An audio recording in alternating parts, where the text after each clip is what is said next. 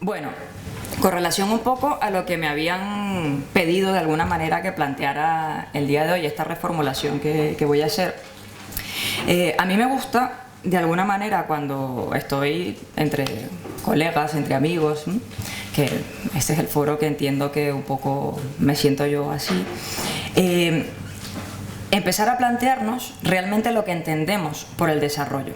Yo entiendo que las personas que están aquí estarán vinculadas a temas de desarrollo, cooperación, proyectos, voluntariados, ¿no? Y de alguna manera, por lo menos existe esa idea de querer hacer algo para que este mundo, tal y como lo tenemos concebido y como funciona, pues mejore y cambie de alguna manera. Esas son cosas que a muchas personas les parece algo utópico, pero realmente tienen que existir personas como nosotros, porque si no, si se lo dejamos todos a los que organizan el mundo, pues vamos muy mal. Entonces, ¿qué ocurre? Si nosotros trabajamos en cooperación internacional y en temas del desarrollo, yo siempre recomiendo que lo primero que tenemos que hacer es estudiar mucho. Tenemos que estudiar mucho porque tenemos unas grandes escuelas de pensamiento que nos han dicho desde el inicio de la idea del desarrollo y el subdesarrollo que el desarrollo es equiparable al crecimiento económico, que la economía es fundamental. Obviamente hoy, en el 2015, ya sabemos que el desarrollo es mucho más que eso y ya nos planteamos un enfoque de capacidades, ya nos planteamos un enfoque de derechos, pero aún así el sustrato económico sigue siendo muy importante. Y no significa que la economía no sea importante y no significa que el crecimiento económico no sea necesario. Podríamos discutirlo, pero en todo caso sería parte de un tema mucho más amplio que tiene que ver sencillamente con que la gente, nosotros y nosotras, en todas partes del mundo tengamos una vida digna. Eso es altamente discutible porque obviamente si nos pusiéramos aquí a preguntarnos qué es calidad de vida y qué es una vida digna, habrían por lo menos 70 respuestas diferentes. Pero ahí es donde radica la principal cuestión de debate en estos temas. En algún momento nos hemos planteado un concepto, hemos construido una idea del desarrollo y en consecuencia hemos construido una idea del subdesarrollo, equiparando la idea del subdesarrollo con algo negativo, con una situación no deseada que hay que cambiar y que hay que mejorar. Pero la pregunta es, ¿quién ha decidido que hay lugares en el mundo, que hay países y personas que son subdesarrolladas? Esa es la primera pregunta que yo creo que podríamos hacernos. ¿De dónde surgen estas ideas? ¿Por qué las hemos asumido como que son teorías infalibles? Porque asumimos que cuando estamos trabajando en cooperación internacional para el desarrollo, el objetivo es el desarrollo. Porque efectivamente el objetivo de la cooperación internacional es el desarrollo. Pero ¿qué tipo de desarrollo estamos hablando? ¿A qué nos estamos refiriendo? ¿Hemos consultado, nos han consultado en algún momento qué tipo de vida queremos tener? ¿Qué tipo de desarrollo queremos tener? Al parecer no. Al parecer no. Tan es así que si nos hubiesen consultado en algún momento, tal vez la dirección del mundo en este momento fuera otra. Los grandes cuestionamientos que se hacen en este momento sobre las distintas teorías del desarrollo, que bueno, supongo que ustedes lo conocen, pero comenzaron siendo teorías económicas, es decir, fue la economía la primera que empezó a estudiar el fenómeno del desarrollo y el subdesarrollo. En consecuencia, las principales teorías fueron económicas, de ahí derivó una especialidad que fue la economía del desarrollo. Posteriormente se incluyó la sociología, con la sociología del desarrollo. Y entonces, ahorita fíjate, cuando dice no, que el libro está en la biblioteca de economía, que tiene una sección, no es casualidad. Y es que en nuestros orígenes planteamos que el desarrollo es una situación deseable que se encuentra en un lugar y para llegar a ese lugar tenemos que subir una serie de peldaños, hacer una serie de cosas para llegar a ese lugar. Ese lugar era el espejo en el que nos veíamos reflejados intentando imitar aquellas condiciones que tenían aquellos países que considerábamos desarrollados.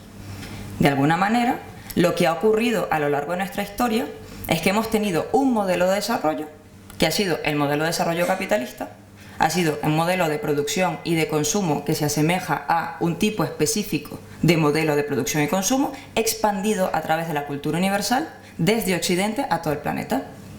Así ha sido. ¿Qué pasa? La academia, las distintas teorías han avalado eso, la han explicado, la han justificado y eso ha sido lo que hemos tenido históricamente. Por eso es que el primer concepto que trabajamos de desarrollo es equiparable al crecimiento económico. Muy bien. ¿Qué ocurre? La cooperación internacional para el desarrollo, que lo que termina siendo es un vehículo, un canal facilitador para que aquellos países y personas que se encuentran en situación de subdesarrollo o no desarrollo, o como queramos llamarlo, pasen de ese estado de no desarrollo a desarrollo. En consecuencia, si entendemos que el desarrollo era crecimiento económico, toda la cooperación internacional va a ir encaminada a que haya un crecimiento económico. De ahí todas las teorías económicas que nos planteaban que había que industrializarse, que había que modernizarse, que teníamos que pasar de esa cultura tradicional para poder modernizarnos. Y las teorías de la sociología también nos plantean, hay que eliminar obstáculos institucionales, políticos, económicos y culturales para poder conseguir ese tipo de desarrollo. Luego la cosa va supuestamente evolucionando, pero el sustrato economicista se sigue manteniendo. Ahora, ¿qué ocurre? Llega un momento en que empiezan a surgir una serie de ideas de corte rupturistas, críticas, que se plantean la cuestión del desarrollo y que proponen de alguna manera que la era del desarrollo llegue a su fin, que tendríamos que plantearnos algo alternativo o diferente a la idea del desarrollo. Es decir, esa construcción que hemos hecho de idealizar algunos modelos económicos y políticos y además intentar expandirlos a todos, da igual qué modelo cultural tengamos, qué sistema político tengamos, no importa. Lo tradicional está asociado a algo negativo, a una situación negativa que hay que superar. Porque para conseguir la modernidad, la industrialización, tenemos que adaptarnos. Entonces, se plantean una serie de enfoques críticos prácticamente a partir de los años 90, cuando paralelamente, cuando hacemos aquí el capítulo del enfoque del desarrollo humano, cuando nos ubicamos por ahí en los años 90, que sale el enfoque del desarrollo humano, planteando el desarrollo como algo más amplio, en realidad comienzan a cuajarse de alguna manera una serie de enfoques críticos. Entre ellos metemos el postdesarrollo, las teorías decoloniales, el decrecimiento, las teorías postcoloniales, que justamente lo que vienen a hacer es a plantearnos la idea de que lo que hemos pensado siempre que es el desarrollo es una forma de dominación, es una forma de interferencia cultural, es una construcción política que se ha ideado en un lugar del mundo, y no me refiero solamente geográfico, sino un lugar político del mundo que de alguna manera ha permeado y ha atravesado las culturas de todo el planeta. En función de eso, si nos planteamos que tenemos que tener un solo modelo de desarrollo, quiere decir que no hay alternativas a desarrollar nada propio. Y además, la única opción es destruir lo que existía porque lo consideramos primitivo, tradicional, atrasado. En consecuencia, malo. Esa idea del binomio desarrollo-subdesarrollo como desarrollo, lo avanzado, positivo, el estado ideal, lo contrario obviamente tiene una connotación negativa. ¿Y quién quiere estar ubicado en esa connotación negativa? Nadie. Por lo tanto, ese saber experto, esa red doctrinal e institucional que nos ha enseñado que tenemos que ir a ese lugar que es llamado el desarrollo para poder vivir bien, hace que entonces desestimemos todos los saberes propios, autóctonos, tradicionales, para avanzar en ese camino. Todo tiene lógica. Si nos los planteamos así, todo tiene una completa lógica. Pero ¿cuáles han sido las consecuencias de esos enfoques? Las consecuencias de esos enfoques han sido, para empezar, que hemos desestimado todas las raíces propias de todos los lugares del mundo, prácticamente. No tenían nada, no existían, porque además esa idea no del descubrimiento, los descubrimos, no, nos encontramos, nos descubrimos mutuamente, en cualquier caso. Todos esos saberes, todas esas culturas, todas esas tradiciones son consideradas como subdesarrolladas, pero porque en algún lugar del mundo se les exodesignó, es decir, alguien dijo, estos lugares del mundo, estos pueblos, estos países son subdesarrollados y hay que ayudarles a desarrollarse, pero a desarrollarse a mi imagen y semejanza. Por lo tanto, parte de los enfoques críticos que se plantean, que recogemos en el libro y que bueno, muchos autores también los plantean, es esa idea de la descolonización del conocimiento. Esa idea, por un lado, de que tenemos que superar la idea del desarrollo, postdesarrollo, que tenemos que descolonizar el pensamiento, tenemos que descolonizar absolutamente todo lo que atraviesa la cultura, las instituciones, las leyes, la economía de los países y los pueblos del sur, postcolonialismo, y plantear un enfoque decolonial, empezar a descubrirnos y redescubrirnos tal y como somos, para plantear alternativas a ese desarrollo, que fuera otra cosa. ¿Qué ocurre? Por ejemplo, las teorías postcoloniales, son un grupo de teorías, tienen un elemento en común y es que surge precisamente de aquellos lugares del mundo que han sido objeto de colonización. Pero en este caso no ha sido América Latina la que ha sacado las principales aportaciones, viene de África. Pero ¿qué es lo que siempre escuchamos de África? Un continente, bueno, hay quien piensa que África es un país muy fuerte. Ese lugar del mundo que necesita ayuda constantemente, que sin la ayuda internacional no puede avanzar. un grupo de estados fallidos, salvo 3 o 4, que tienen petróleo y que ahora suenan por ahí. Existe una cosa que se llama los BRICS, pero el resto, en la África subsahariana, es lo único que suena. Pues resulta que hay toda una escuela de pensamiento que lo que precisamente plantea es que la idea del desarrollo ha sido una idea colonizadora y que ha permitido que se distorsione la propia idea del sí mismo. Es una idea tan potente que lo que plantea es eso. Toda la idea del desarrollo ha atravesado toda nuestra cultura, toda nuestra red institucional e incluso ha distorsionado la imagen que tenemos de nosotros mismos. Por lo tanto, nos creemos subdesarrollados. Entonces, ¿que África necesita ayuda? Vale. ¿Y Europa no necesita ayuda? Pregunto yo. Depende de la lógica de pensamiento que tengamos, podemos pensar que sí o que no. Porque si entendemos que el desarrollo es una situación que se consigue y se mantiene inmutable en el tiempo, entonces la respuesta sería no, porque estamos en unas sociedades desarrolladas. Pero parece que el desarrollo no es inmutable, que ese último peldaño de la escalera parece que no nos lleva a un terreno plano siempre, sino que hay que seguir trabajando constantemente por eso. Lo cual nos lleva al cuestionamiento de otra idea, que es el crecimiento. Normalmente tenemos asociada la idea del crecimiento como algo positivo. No voy a entrar en el crecimiento porque sé que Sergio lo va a trabajar luego, así que me morderé la lengua. Pero la idea del crecimiento tenemos siempre como el avance progresivo a un estadio superior, mejor, más positivo. La pregunta es, ¿hasta cuándo vamos a crecer? ¿Nuestro modelo de crecimiento infinito es viable? Si los países son considerados desarrollados, ¿significa que han crecido lo suficiente? ¿Hasta cuándo van a seguir creciendo? ¿Por qué es un trauma cuando aparece en la prensa que vamos a crecer un 1%? Ahí hay un elemento importante de reflexión crítica y es ¿hasta dónde vamos a llegar? Entonces, todos estos cuestionamientos que nos hacemos desde el postdesarrollo, desde las teorías de colonial, postcoloniales y el de crecimiento, prácticamente nos dicen, en conclusión, la idea del desarrollo es un mito. Ha sido producido y construido desde un lugar político y es una forma de dominación de pueblos. A través de esa forma de dominación de pueblos se ha truncado el verdadero proceso de lo que fuera, si le queremos llamar desarrollo, de esos propios lugares. ¿Por qué? Porque se ha truncado el propio desarrollo cultural, la propia creación, es más, la propia capacidad de decidir qué tipo de vida quieren estos pueblos y sociedades.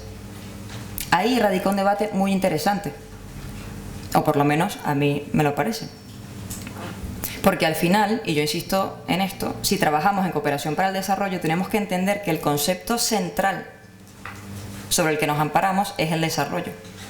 Y si conocemos realmente la historia del desarrollo, cómo se ha construido y qué es lo que estamos haciendo, nos damos cuenta que formamos parte de ese gran entramado institucional que lleva adelante un modelo de vida único prácticamente para todo el planeta. Y valdría preguntarnos si realmente después de ¿cuántos? 70 años que tenemos en cooperación, si está funcionando o no. ¿Y qué alternativas tenemos? Esto no se los digo para desmoralizarles y decirles que, bueno, que abandonen su máster, nada por el estilo. No. Lo que planteo es que justamente cuestionarnos estas cosas nos ayudan realmente a plantearnos incluso programas y proyectos mucho más cercanos a la realidad. Para empezar, tenemos que preguntar, conocer con la gente qué es lo que quieren, cuál es realmente la idea de vida que los distintos pueblos y comunidades quieren. Porque de nada nos vale hacer grandes proyectos con mucho dinero si al final no hacemos nada realmente eficaz. Entonces, la utilidad práctica de este cuestionamiento, que parece muy teórico, que en parte lo es, tiene una utilidad práctica y es, estamos en el 2015, por ejemplo, en términos medioambientales, en temas de género, en temas de igualdad de derechos, estamos muy mal y no es secreto para nadie. Se supone que estamos en un momento donde estamos hablando de una alianza global. Hace menos de un mes se aprobó la Declaración de los Objetivos de Desarrollo Sostenible. La agenda post-2015, eso quiere decir que teníamos una agenda que terminaba en el 2015, que era la Agenda de los Objetivos de Desarrollo del Milenio, Y en 15 años íbamos a erradicar la pobreza extrema. Ahora nos hemos dado 15 años más para erradicar toda forma de pobreza. Y para hacer que los hombres y las mujeres sean iguales, y para que los ecosistemas acuáticos estén salvados. Bueno, a partir de ahora, de aquí al 2030, todo va a funcionar estupendamente. Pero ¿cuáles son los modelos de desarrollo en los que nos estamos basando? Es más, si lo aterrizamos más, ¿cuáles son los modelos de producción y consumo sobre los cuales basamos nuestros modelos de desarrollo? No son sostenibles. Entonces, hay algunas alternativas, algunas propuestas críticas que se hacen, por ejemplo, en el caso latinoamericano, recogidas en el paradigma del buen vivir, o el Summat Causai, de la lengua quichua. ¿Y qué nos plantea el buen vivir o el Summat Causai? Vamos a recuperar la cosmovisión indígena. Eso que el desarrollo entendió como que era primitivo, atrasado, poco moderno, pues parece que si hubiésemos seguido por ahí no estuviéramos tan mal en algunas cosas. Porque nuestro propio desarrollo industrial, esa idea de la modernización, el paradigma de la modernización, ha hecho que generemos unos saldos ambientales y sociales brutales. Entonces, la idea de recuperar esa cosmovisión indígena nos plantea un reto enorme, muy difícil además de cumplir. Y es que reubiquemos nuestro lugar como especie, como humanidad en el planeta. Que tengamos una relación con la naturaleza mucho más coherente. Pero ya no se trata de que reciclemos o que pongamos un panel solar en el techo de nuestra casa, sino que entendamos que la humanidad no es el centro del mundo, sino que somos una especie más y que nos entendamos como comunidad, no con esa idea del yo occidental individual, yo, sino el yo comunidad. Eso es un cambio de mentalidad muy complicado. Porque para empezar somos occidentales y además somos individualistas. Entonces todo lo que nos suene distinto, igual hay que ayudarle a mejorar. Porque no nos planteamos la idea, no vamos a hacer que los demás cambien, pero nosotros no cambiamos. Entonces, esto, que es una idea que se maneja desde hace muchísimos años entre los pueblos indígenas, la idea de la comunidad, la idea de la relación entre el ser humano y la naturaleza, entendiéndose como una especie más, es el planteamiento que se está haciendo desde el buen vivir. Está teniendo una aplicación práctica en dos lugares muy concretos, que son Bolivia y Ecuador. Son dos lugares de la región que, pues bueno, han tenido la fortuna, creo yo, de poder conseguir en un momento de su historia unos estados y unos gobiernos que les han apoyado en algunas cosas y han conseguido meter dentro de la Constitución esta idea del buen vivir. Con las contradicciones que pueden haber, con si funcionan o no funcionan, ya ese es otro asunto. Pero el hecho de que se pueda rescatar esa idea de que lo que queremos es vivir bien, también nos ubica en otro lugar desde el punto de vista teórico. Y es, a lo mejor, no tenemos que plantearnos un modelo o un concepto de desarrollo único, sino que tal vez podríamos hacer unas agendas un poco más diversificadas, donde cada quien decida, no como el yo individual, sino como comunidad, decidir qué tipo de vida queremos. Y en función de eso, la cooperación internacional debería trabajar no en agendas únicas, sino en agendas diversificadas. Eso significa que nuestras instituciones internacionales, nuestro gran sistema de cooperación internacional, tiene que cambiar sus modos de operación y de acción. Ya veremos si están de acuerdo en hacerlo o no, o si saben cómo hacerlo o no. Entonces, la cuestión que yo creo que sería interesante para el debate es plantearnos incluso qué idea tenemos nosotros y nosotras sobre el desarrollo. Si trabajamos en cooperación internacional, formulamos proyectos, trabajamos en temas de desarrollo, ¿a dónde queremos ir? Si fuéramos nosotros los receptores del otro lado a que se nos plantee un modelo de desarrollo que no tiene absolutamente nada que ver con nuestras manifestaciones culturales, con nuestra esencia como tal. Entonces, ¿por qué ir en esa dirección y no en otra? Entonces, de estos enfoques teóricos, por ejemplo, el postdesarrollo, justamente lo que viene a plantearnos es la era del desarrollo se acaba, tenemos que ir más allá del desarrollo, no seguir planteándonos la idea del desarrollo, tenemos que buscar otra cosa. Los postcoloniales, el concepto de desarrollo ha sido una forma de dominación, lo que en su momento fue la colonia, ahora lo vemos a través de la globalización, han permeado, han atravesado absolutamente todos los ámbitos de nuestra vida, por lo tanto, tenemos que hablar de otra cosa, que no sea el desarrollo. El buen vivir, la forma, el modelo productivo que nos hemos planteado para conseguir el desarrollo es insostenible, no solo desde el punto de vista ambiental, sino humano. Genera desigualdad, genera inequidad, genera pobreza y no genera igualdad de oportunidades. Esta sociedad meritocrática en la que se nos plantea que si trabajas mucho y estudias mucho vas a ser una persona exitosa, es falsa y la sabemos. Porque si todos fuéramos en la carrera y partiéramos del mismo punto, con las mismas garantías y las mismas oportunidades, pues a lo mejor ahí podríamos plantearnos quién llega más lejos. Pero es que no partimos de la misma línea base. Tenemos un porcentaje de la población minoritario que tiene y despilfarra además el 80% de los recursos. ¿Y qué pasa con nosotros? Ese otro porcentaje que es la mayoría de las personas del planeta, que incluso muchos de nosotros podríamos estar ahí, ¿qué pasa con nosotros? ¿Qué pasa con nuestras vidas? Nuestra capacidad de decidir sobre qué modelo de vida queremos, qué tipo de vida queremos. ¿Eso no es importante? Entonces, estas visiones críticas, que lamentablemente son las minoritarias dentro de los estudios del desarrollo, vienen a plantearnos justamente ese debate, y es un debate necesario. Nuestras instituciones no les prestan especial atención. Tan es así que la idea del buen vivir o el summa causa ni siquiera está considerada como teoría. Es un paradigma alternativo.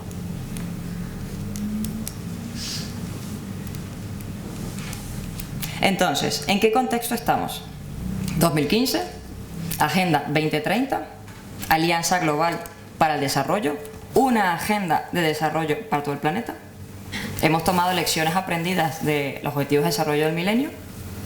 De 8 objetivos pasamos a 17 y ahora metemos todo. Vamos a eliminar todas las formas de pobreza en todas sus manifestaciones, una agenda inclusiva, global, globalísima. Muy bien.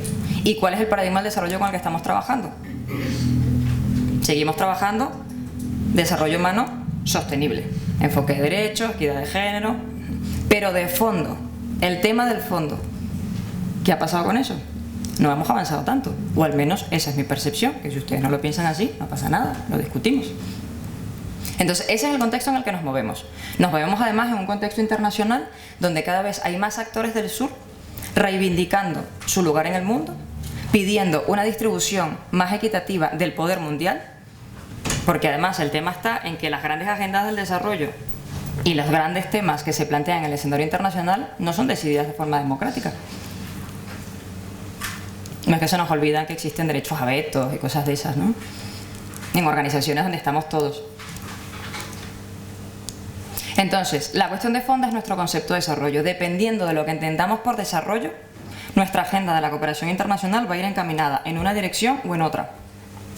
Todos nuestros esfuerzos, por muy buena voluntad que tengamos, si manejamos un concepto u otro de desarrollo, va a ir encaminado en alguna de esas direcciones. Ahora, en el contexto internacional que les estoy describiendo, se están planteando algunas cuestiones. Por ejemplo, también un tema interesante es que cada vez los pueblos, o la sociedad civil, como más le llaman por aquí, están cada vez mucho más organizadas y están cada vez participando e intentando influir en las agendas de decisión para que de alguna manera nuestros gobiernos, nuestros representantes, que los ponemos ahí para que nos representen, en principio, lleven a los foros internacionales las demandas de esos pueblos. Vamos a ver qué ocurre. Pero parte de esos planteamientos es: nuestra forma de producción y consumo nos está llevando a la ruina. Genera exclusión y desigualdad. No es secreto para nadie. Ahora, ¿qué hacer? Ahí es donde viene nuestro trabajo. Incluso aquellas personas que se dedican al ámbito de la investigación, de la academia, ahí tenemos un área de investigación importantísima, muy potente, de ver cómo traducir ese sentimiento que podemos llamar popular, que viene de la lógica ciudadana, común y silvestre, que no es necesariamente ese saber experto al que nos han acostumbrado, que es necesario. Es decir, sin saber experto prácticamente no existiera cooperación internacional, porque tiene que haber alguien que sepa formular proyectos, alguien que sepa diseñar agendas, etcétera, etcétera, pero a esas personas se les olvida escuchar la calle. Entonces, recuperar incluso esos saberes tradicionales, esa idea, ese sentido común que hay en la gente común y silvestre como nosotros, contribuiría, se supone, en principio, a generar unas agendas de desarrollo mucho más lógicas, si queremos llamarle desarrollo. Si queremos llamarle de otra manera, también podríamos llamarle de otra manera. Entonces, por ejemplo, América Latina ahorita es la región en la que más movimientos se están dando. También es cierto que han habido una serie de cambios políticos desde el año 2000, que han tenido bastante apoyo por sectores que antes no habían sido escuchados. También es cierto que dentro de la cooperación internacional el abanico de temas en el sur se ha ampliado y ahora vemos mucho más trabajo en sectores sociales, porque al final, ¿quiénes han sido los grandes excluidos de las agendas, de las políticas públicas? Los indígenas, las mujeres, los afrodescendientes, por decir algunos. ¿Por qué? Porque el centro siempre ha estado planteado para que mejoremos la economía. Queramos o no queramos, a día de hoy, aunque le pongamos 7.000 apellidos al desarrollo, el sustrato económico sigue estando ahí. Y es importante. Yo no estoy diciendo que la economía no sea importante ni que... No. Lo que estoy diciendo es que es parte de un todo que hasta ahora esa parte ha sido el todo prácticamente. Entonces, en regiones como en América Latina se están incluyendo muchos otros temas y se están dando lugar muchos programas y proyectos de cooperación, pero en el ámbito de la cooperación sur-sur. ¿Qué está haciendo la cooperación que nosotros consideramos el sistema tradicional? Empezar, de alguna forma, a tomar algunas de esas ideas para tratar de modernizar de alguna forma el sistema. Pero esa modernización no significa realmente de fondo, o al menos desde mi punto de vista, una transformación en el sistema. Tan es así que hay muchos actores del sur que opinan que tanto la cooperación sur-sur como la norte-sur deben estar separadas, cada una en su lugar, que sean alternativas, la una a la otra, que al final podamos elegir cuál queremos o cuál necesitamos. Pero bueno, hay otros enfoques que plantean que puede haber un poco de convergencia entre ambas. Entonces, si analizamos el contexto internacional en el que nos encontramos en este momento, le sumamos esas visiones críticas, pero conocemos la historia de donde venimos, podemos entender perfectamente lo que está ocurriendo. Y estamos ante una necesidad evidente de transformación de nuestro sistema. Y por qué no plantearnos otra cosa distinta que no sea el desarrollo. Si empezamos a plantearnos la idea de el vivir bien, por ejemplo, que nos plantean los pueblos indígenas andinos, podríamos empezar a pensar cómo lo hacemos. Y no debe ser algo imposible, porque después de la Segunda Guerra Mundial hubo un grupo de personas que se reunió y pensó cómo iba a ser el mundo en el que vivimos. Diseñó instituciones, estableció reglas, generó consensos que han marcado la vida de muchísimas personas, bueno, de todos en realidad. Entonces, bueno, un poco la idea, no sé qué hora es, no sé si llevo mucho tiempo hablando o no. Las 7:05. Vale. Entonces, bueno, un poco la idea era plantear algunos cuestionamientos sobre esa idea que tenemos del desarrollo y qué ha ocurrido. Los lugares donde se han planteado alternativas, como en su momento en el movimiento, cuando hubo la ola descolonizadora y la creación de lo que después se llamó el Grupo de los 77, ese era el nuevo orden económico internacional, que lo que nos venía a plantear era que los países del sur que se estaban recién independizando, que eran naciones prácticamente que se estaban estrenando en el sistema internacional, no podían competir en igualdad de condiciones con los que antiguamente eran los centros o las metrópolis. Era necesario en consecuencia generar un nuevo orden económico internacional. Si nosotros revisamos todo lo que se planteó en la década de los 60, que venía de África y de Asia prácticamente, porque los latinoamericanos se sumaron luego, aunque ahora somos así como muy protagonistas, en realidad nos montamos en el carro después, tiene muchísima vigencia.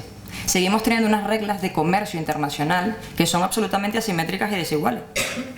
Hay un concepto importantísimo que mucha gente siempre la menciona, pero que se nos olvida en materia de gestión de políticas públicas y en cooperación para el desarrollo, que es la coherencia política.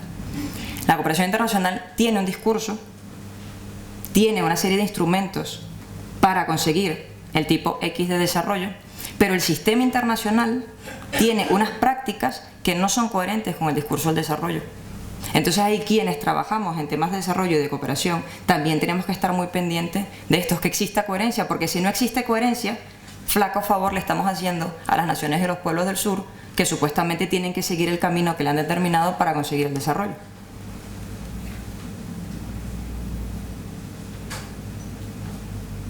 Entonces, las reivindicaciones de los países del sur siguen estando vigentes. La diferencia está en que en este momento, bueno, no sé cómo va a ser de aquí en adelante, porque ahora parece que vamos a un periodo de recesión económica, ya veremos. Pero en los últimos años lo que sí se ha planteado ha sido un despertar de lo que yo llamo ese gigante del sur, un despertar sobre todo político, un despertar de la ciudadanía, un despertar de los pueblos que también han optado por opciones políticas que de alguna manera incidan o intentan plantear unas posturas rupturistas con relación al sistema. porque finalmente el sistema que nos gobierna perpetúa esas asimetrías. Hay quien piensa que no, pero yo creo que sí. Entonces, las ideas que son estas, las que les quería dejar un poco para el debate, yo creo que me puedo callar en este momento y aprovechar los minutos que nos quedan, media hora o algo así, para que si hay alguna pregunta, algún comentario, aprovechemos para hacerlos. Gracias.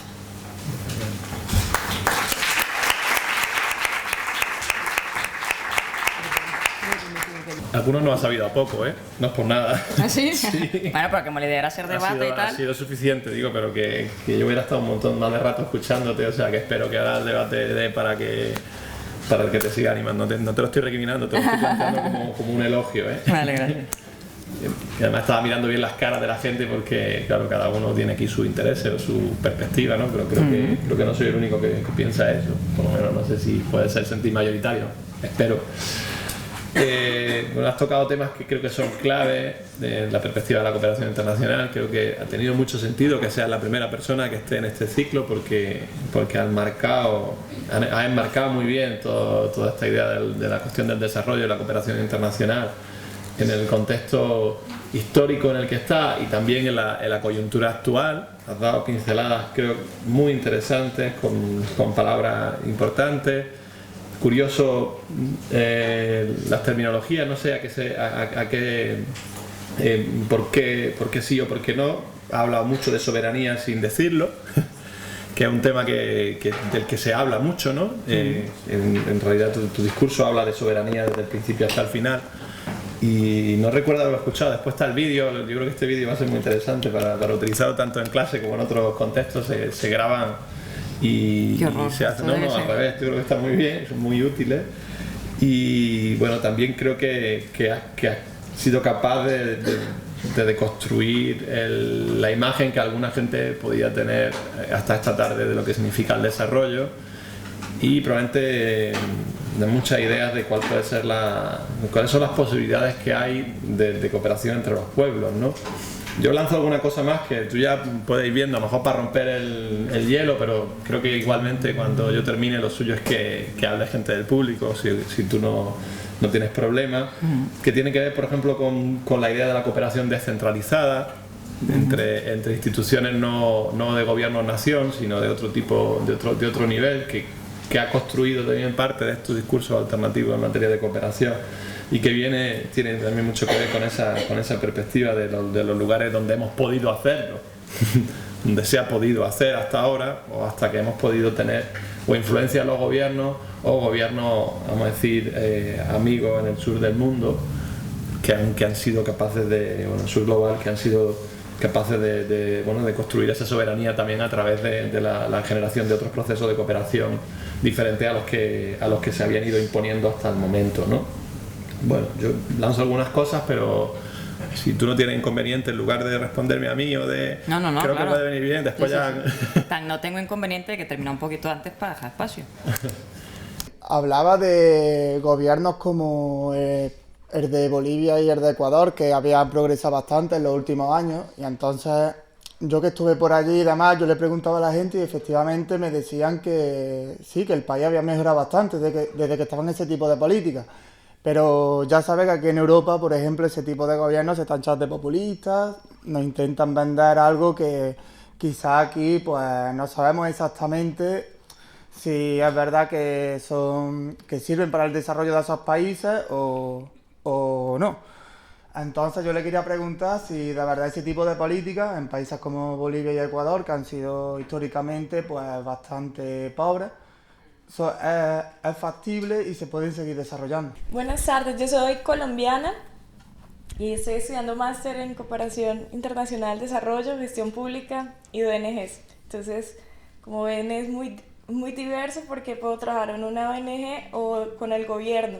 Actualmente estoy haciendo el plan de cooperación internacional y relaciones internacionales de la alcaldía en Colombia, por aquí le llaman ayuntamiento de Santa Marta. Estoy justo en el proceso de formulación y pues precisamente es cooperación al desarrollo y estamos haciendo la migración de los ODM a los ODS.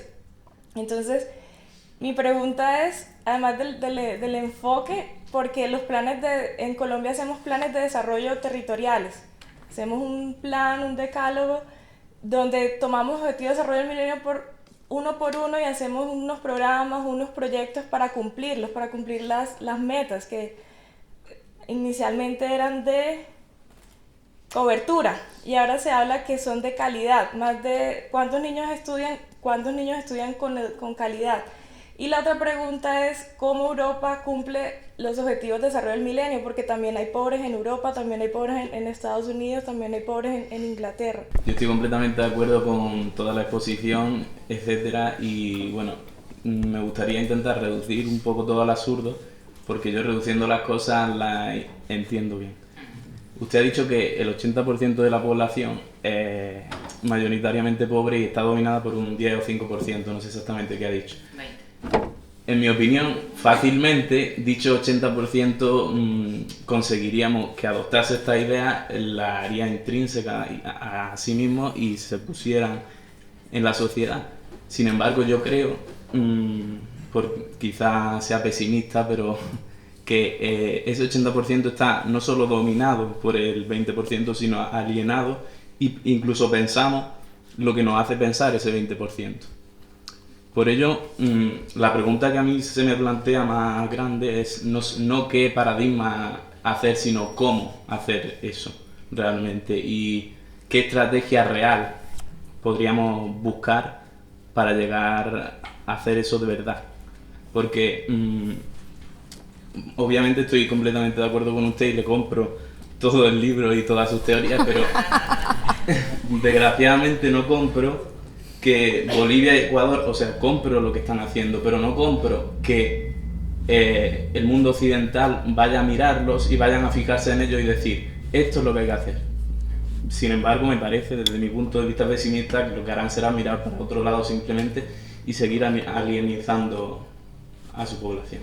Agradecerte esta exposición y me parece interesante la mención que se hace a la reivindicación de la cooperación sur-sur y es más que entendible, ¿no?, por lo que comentábamos de la negación de historia y del empoderamiento de la memoria colectiva y otros factores, pero me gustaría saber tu opinión de lo que se plantea de que esté separada de la norte-sur, que funcionen como dos entes independientes, porque esto ha ocurrido en otros campos, en otras disciplinas, por ejemplo en los estudios de género, ¿no?, cuando comenzó a forjarse en la antropología la idea de que las mujeres solo podían ser estudiadas por mujeres, en el momento que se dieron cuenta de la negación que los estudios anteriores habían tenido, ¿no? O la antropología africana, como se negó la antropología europea por el daño, ¿no?, por el colonialismo y tal, y se optó por solamente se podía estudiar África desde África por africano y africana. Entonces, pues ver un poco tu visión, ¿no?, si crees que sería productiva esta separación o abogan más por un estudiar desde y no estudiar con.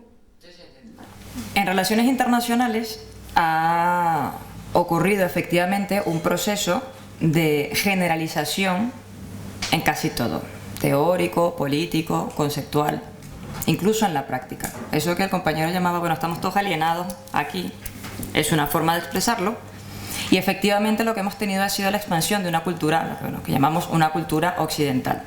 Por lo tanto, cualquier ejercicio que se haga que vaya en otra dirección, para empezar resulta raro. Si además no viene amparado de alguna teoría o alguna doctrina que se pueda estudiar, no la entendemos mucho. Tampoco le damos la oportunidad de mostrar si realmente, desde el punto de vista empírico, pueden funcionar. Y normalmente se les aniquila antes de que empiecen a crecer. Eso es lo que Chomsky llama el mal ejemplo. Cuando tenemos alguna iniciativa que va a contracorriente de lo establecido en nuestro sistema internacional, puede resultar ser un mal ejemplo. ¿Por qué? Porque de funcionar significaría que otros podrían copiarla y podrían darse cuenta que a lo mejor se podría hacer algo distinto. Complicado. Entonces, el tema de Bolivia y Ecuador, que son los dos ejemplos que se están poniendo ahorita sobre la mesa con la idea del buen vivir o el summa causai, Han conseguido algunas cosas que desde mi punto de vista son bastante interesantes y son útiles, pero creo que es muy poco el tiempo que llevan como para poder decir que finalmente van a generar el cambio que necesitamos. En procesos históricos esto tiene menos de 10 años. Pero ¿qué pasa? Para empezar, se ha dado algo que desde mi punto de vista es fundamental y es el reconocimiento de los actores. Ustedes han escuchado que Bolivia ahora... ¿Hay algún boliviano o boliviana en la sala? ¿No? Vale. Han escuchado que Bolivia ahora es un estado plurinacional. Es decir, que se reconoce que existen no grupos humanos, no grupos lingüísticos, no, nacionalidades dentro del estado. Un estado plurinacional. ¿Cómo se comerá eso? Es muy complicado. ¿Tenemos idea? ¿Conocemos otro país que se haya declarado plurinacional? Pues el siguiente es Ecuador. ¿Por qué? Porque entienden que sus pueblos originarios no es que sean etnias, grupos, no. Son naciones dentro de su propio país. Ya eso plantea incluso un cambio de concepción política, territorial, estadal, de la cual no tenemos prácticamente precedentes. Entonces, para empezar, hay un reconocimiento de un grupo enorme de personas que no se encontraban incluidos en la gestión de las políticas públicas. Por lo tanto, no eran atendidos prácticamente desde ningún punto de vista. Ya por ahí, lo que hacemos es elevar el autoestima del pueblo. Y eso es importantísimo. El sentir que eres sujeto de derecho tiene unas repercusiones sociales muy importantes. Segundo, que ese reconocimiento se haya dado no solamente desde el punto de vista político, discursivo, sino que además la Constitución, que es la carta magna que rige la vida de un país, y en muchas de las leyes estén reconocidos, es un avance también fundamental. Y que ahora los presupuestos del Estado y buena parte de los programas de cooperación que se llevan a cabo en el ámbito regional sean destinados e incluidos estos grupos humanos, también me parece súper importante. Ahora, existen contradicciones dentro de estos modelos y yo creo que ahí me voy a adelantar a lo que me habías dicho antes de empezar la conferencia. Y es, obviamente, el modelo que se plantea de desarrollo de estos lugares es un modelo alternativo al desarrollo. Se plantea una visión de la vida en sociedad y de la forma y la gestión de la sociedad diferente. Pero aún así tiene sus contradicciones y obviamente no tenemos ejemplos que nos digan ese cómo que tú planteas, cómo lo vamos a hacer. Lo que estamos en un momento en donde podemos ser creativos y plantearnos algo, que siempre pasa desde los movimientos sociales. Tenemos la idea, sabemos a dónde queremos llegar, pero nos falta esa ruta. Pues en estos lugares se están planteando cosas. Por ejemplo, por poner un caso de algo que me parece que fue una iniciativa bastante diferente y bueno, aunque lamentablemente no terminó muy bien, que fue el caso del Yasuní ITT. No sé si saben que el gobierno de Ecuador generó una iniciativa que planteó a la comunidad internacional para no explotar los miles y miles de barriles de petróleo que podría sacar debajo de un parque nacional que se llama Yasuní. Planteó a Naciones Unidas y a la comunidad internacional la creación de un fondo donde ayudaran a Ecuador a conseguir el dinero que necesitaría para financiar sus políticas de desarrollo si no explota eso. Es decir, en vez de explotar el petróleo que tengo bajo el suelo, llamo a la comunidad internacional para que a través de la cooperación puedan contribuir a este fondo y así yo dejo el petróleo bajo suelo, pero aún así puedo seguir viviendo, porque ahí venimos con el debate sobre el extractivismo. Todo el mundo aplaudió la iniciativa, Naciones Unidas le dio un premio al gobierno de Ecuador por una iniciativa medioambiental y al final recaudó el 3 o el 4% de lo que había pedido. A todo el mundo le pareció genial, a todo el mundo le pareció muy interesante, pero al final no pusieron el dinero. Aún así, al gobierno del Ecuador se le ocurrió, bueno, voy a hacer una especie de bonos para que este fondo pueda cotizar luego en la bolsa, a ver si le hacemos algo mucho más atractivo, Y al final, ¿qué ocurrió? El gobierno de Ecuador, después de cumplido el plazo, decidió explotar el 1% del parque Yasuní ITT, que se supone que es una de las zonas de mayor diversidad biológica. Pero ¿qué ocurre? Ahí hubo un ejercicio de incoherencia de políticas y ha habido una propuesta de un lugar del mundo concreto de decir, si realmente queremos ser coherentes, por ejemplo en materia medioambiental, yo no voy a utilizar mi petróleo, voy a generar un fondo internacional para que entre todas y todos podamos financiar esto y así vamos. ¿Y qué pasó? Al final tuvieron que eliminar la iniciativa. Naciones Unidas le quitó el trofeo que le había entregado físico al gobierno de Ecuador, porque además tengo la foto delante, y el después, la cooperación alemana le dijo que le iba a quitar la cooperación a Ecuador, el mundo entero dice qué horrible es Correa, porque ahora está matando la biodiversidad de su parque, etcétera, etcétera. Pero ¿quién colaboró realmente con la iniciativa Yasuni ITT? ¿Por qué si durante 8 años estuvo abierto el fondo, no se consiguió el dinero que se esperaba? ¿Qué pasa? Entonces, la idea que planteo es, 1, hay un reconocimiento importantísimo de sectores de la población que estaban tradicionalmente excluidos. Se les ha considerado ya sujetos de derechos, se les reconocen esos derechos y hay un empoderamiento de la población interesante.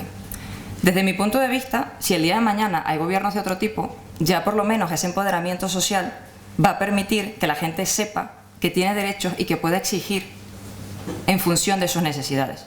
Eso es un cambio importantísimo. A lo mejor en periodo histórico lo vemos como un proceso muy corto y a lo mejor pues no vemos todavía esa, pero yo creo que en un proceso un poco más de mediano y largo plazo las políticas van a tener que ser distintas, si no al 100%, sí algunas cosas. Y yo confío en que, si bien es cierto que el paradigma del buen vivir no terminará siendo nuestro paradigma de desarrollo dominante, porque para empezar no está considerado una teoría y segundo, eso de equipararnos como una especie, como un elefante o una hormiga nos va a costar mucho y probablemente no estemos dispuestos a hacerlo, por ponerlo en términos muy de risa, para simplificar, como decías tú. Creo que por lo menos está generando un despertar de la conciencia política de muchos lugares del mundo que estaban adormecidos y yo creo que eso es importante. Entonces, ¿que va a terminar siendo factible o no va siendo factible? No lo sé. Pero confío en ese despertar humano y social que puede generar en el futuro transformaciones importantes en estos lugares.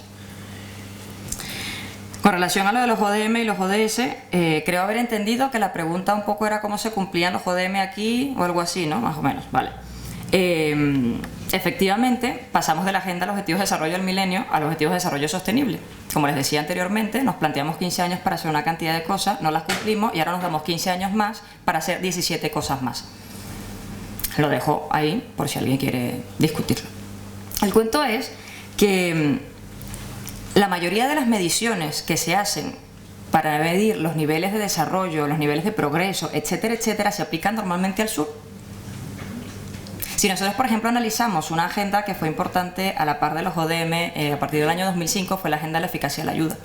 La Agenda de la Eficacia de la Ayuda, que surge de la Declaración de París del año 2005, nos plantea unos 5 principios que, de ser realmente seguidos, haría que la cooperación internacional fuera mucho más eficaz, mucho más eficiente. Partiendo de la base de que el problema no es que no haya recursos, es decir, que no es que no hemos tenido dinero para invertir en la cooperación y en el desarrollo, sino que hemos empleado esos recursos mal. ¿Por qué les hablo de esto? No porque me estoy desviando del tema, sino que al final, en el 2005, cuando se plantea esta Agenda de la Eficacia de la Ayuda de varios países del sur, entre ellos Brasil, y luego fue seguido por una serie de países que luego, casualmente, montaron un grupo que se llamó los BRICS, que se llama los BRICS, Brasil, Rusia, India, China y Sudáfrica, y dijo, estamos de acuerdo con estos principios, pero no compartimos la gestión que se hace de la firma de esta agenda.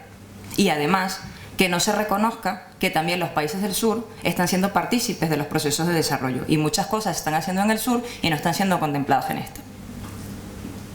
¿Cuál fue el siguiente planteamiento? Así como se quiere medir la eficacia y la eficiencia de la cooperación hacia los receptores, nosotros planteamos que los donantes también sean evaluados. De ahí las siguientes reuniones, Busan, Accra, fueron poco a poco perdiendo importancia. Y aún cuando la Agenda de la Eficacia de la Ayuda era una agenda tan interesante y tan útil, en realidad, el aplicar un sistema de evaluación y de medición para los donantes parece que nos gustó mucho. ¿A qué quiero llegar? Todos participamos, de alguna manera, en esa alianza global para cumplir los Objetivos de Desarrollo del Milenio y lo vamos a hacer para cumplir la Agenda de los Objetivos de Desarrollo Sostenible. Pero mientras tengamos, por ejemplo, un protocolo de Kioto que no es firmado por los países que más contaminan, difícilmente vamos a empezar a medir a los donantes. Las medidas las fórmulas que tenemos de medición terminan siendo los informes del CAT, del Comité de Ayuda al Desarrollo, de la Organización para la Cooperación y el Desarrollo Económico. ¿Y qué es lo que se plantea, básicamente? ¿Qué cantidad de dinero se ha dado, en qué sectores se ha dado y a qué países se ha dado? Pero al final, los términos de calidad, el concepto del desarrollo, las estrategias, etcétera, etcétera, etcétera, es decir, el modelo no está en cuestión. Y no nos estamos planteando un sistema de medición tampoco del desarrollo de los países del norte. Cuando tú decías, ¿pero qué pasa? ¿En Europa también hay pobreza? Claro que hay pobreza en todo el planeta. Hay desigualdades en todo el planeta. Pero si recordamos la lógica de lo que yo les estaba planteando anteriormente, si tenemos la idea de que el desarrollo es inmutable y que lo conseguimos y ya está, ni siquiera podemos ser partícipe de la posibilidad de recibir cooperación, de conocer experiencias que han funcionado en otro sitio y que pueden servir en aquellos lugares que se consideran desarrollados. Entonces, mi respuesta personal a tu pregunta es que no estamos midiendo mucho en ese sentido a los donantes. Estamos en una alianza global, al final todos ponemos en nuestros programas y nuestros proyectos que estamos siguiendo los objetivos de desarrollo del milenio, pero si nos pusiéramos a hacer realmente una estadística y un balance que se aplicara por igual para todos, nos daría unos resultados bastante curiosos. Pudiéramos hacer una tesis doctoral al respecto, por lo menos. ¿Cómo se miden los niveles de progreso, de desarrollo en las naciones que se consideran desarrolladas? Ahora, ¿cómo hacer el cambio? Ahí estamos. Esa es la gran pregunta. Esa es la gran pregunta.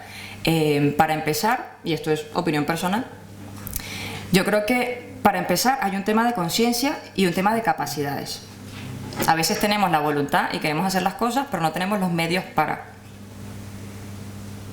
Eso es una primera cuestión. Entonces hay que conseguir de alguna forma esos medios para.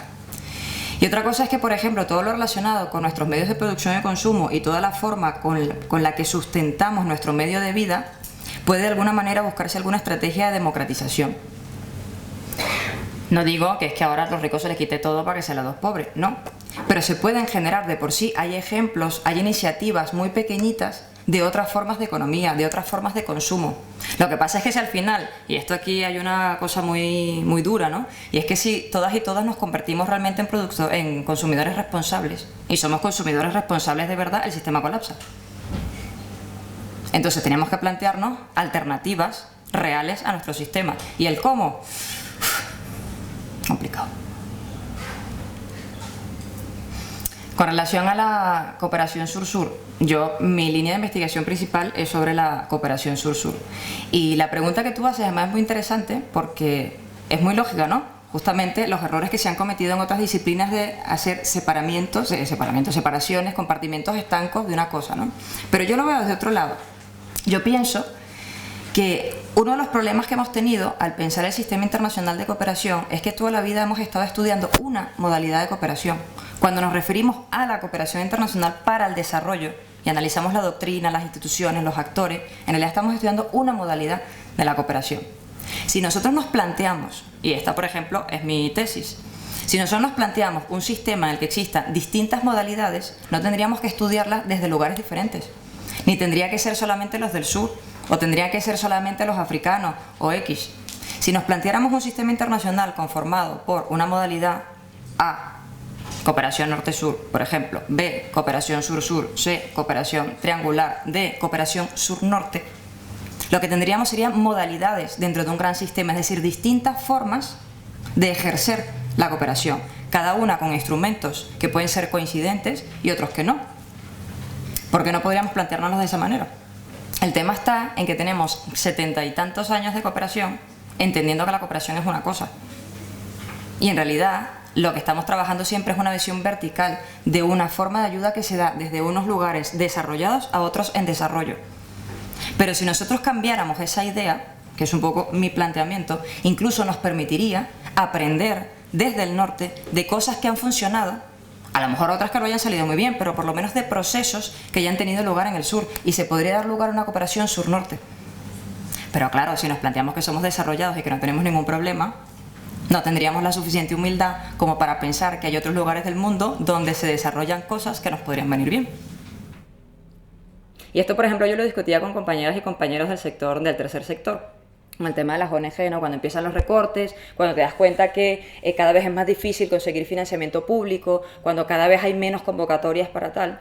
Les digo, bueno, pero ¿ustedes creen que en América Latina los movimientos sociales y las ONG han tenido apoyo, dinero público en algún momento? Depende del contexto histórico en el que nos ubiquemos, o estábamos en dictadura y cualquier cosa que sonara asociación civil de cualquier tipo era tachado comunista, perseguidos o desaparecidos. En el mejor de los casos, encarcelados. Nunca han tenido eso, y han sobrevivido, y han hecho un montón de cosas, y son grupos reivindicativos. ¿No creen que ahí podría haber un lugar donde se puede aprovechar algunas cosas sobre gestión de crisis? En el sur ha habido millones de crisis, y ahí estamos. Hemos pasado por todo. Se han aplicado todas las políticas del Fondo Monetario Internacional y el Banco Mundial. Todos los experimentos neoliberales han ocurrido en el sur. En África agarraron los países, los dibujaron con reglas, separaron pueblos, los unieron, hicieron desastre. Y ahí están. Entonces, cuando vivimos en un estado de bienestar, con una serie de garantías, y de repente eso comienza a tambalearse o empieza a desaparecer, la idea del desarrollo que tenemos comienza a hacernos agua. Pero entonces, ¿cómo reaccionar ante eso?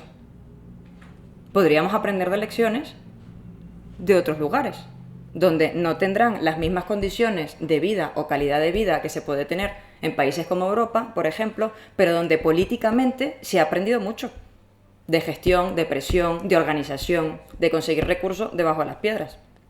A lo que voy, por no extenderme mucho, es que yo lo veo, y mi planteamiento incluso teórico es plantearte el sistema con distintas modalidades. No como cosas diferentes, porque ahí estaríamos de alguna forma, y esta es mi opinión y mi postura, de alguna forma estaríamos legitimando que la cooperación es una cosa y que lo otro es accesorio o es un apéndice que le podemos pegar. Yo me lo planteo como que son distintas modalidades que podríamos buscar la manera de generar instrumentos que sirvan para todas y todos. Yo lo veo un poco así, ¿vale? Y también de alguna manera serviría de reconocimiento, o sirve de reconocimiento al trabajo que se viene haciendo desde los países del sur, que se ha hecho sin recursos, porque ahorita ha habido bonanza económica, incremento de materias primas, reapropiación de recursos naturales, estrategias de desarrollo, bueno, todo lo que queramos conversar. Pero hasta el año 2000, sin recursos. Porque al final, ¿cuáles han sido los principales planes de cooperación de los últimos años? Fortalecimiento institucional, democracia, buen gobierno, etcétera, etcétera. En consecuencia nos planteamos que es que entonces ahí no habían esas cosas. Aún si asumiéramos que en esos lugares no existían esas cosas, hay muchas lecciones que se pueden aprender, hay mucho aprendizaje, hay mucho fogueo en muchos temas. Y eso podría ser una herramienta de cooperación interesante, de gestión, por ejemplo. O al menos yo lo veo así. Ahora, todas estas ideas yo creo que plantean algunos cuestionamientos y cambios en cosas que uno no sabemos muy bien cómo hacerlas, y yo creo que hay que asumirlo, tenemos que inventarlo, ¿no? Pero yo creo que ese proceso creativo nos lo merecemos, porque hemos heredado un mundo que ya fue pensado y diseñado por otros, en un momento que no es el momento en el que vivimos. Y de ese proceso estamos aquí, nosotras y nosotros, pues sufriendo todas las consecuencias negativas y positivas que puedan haber de un sistema que no nos ha tomado en cuenta.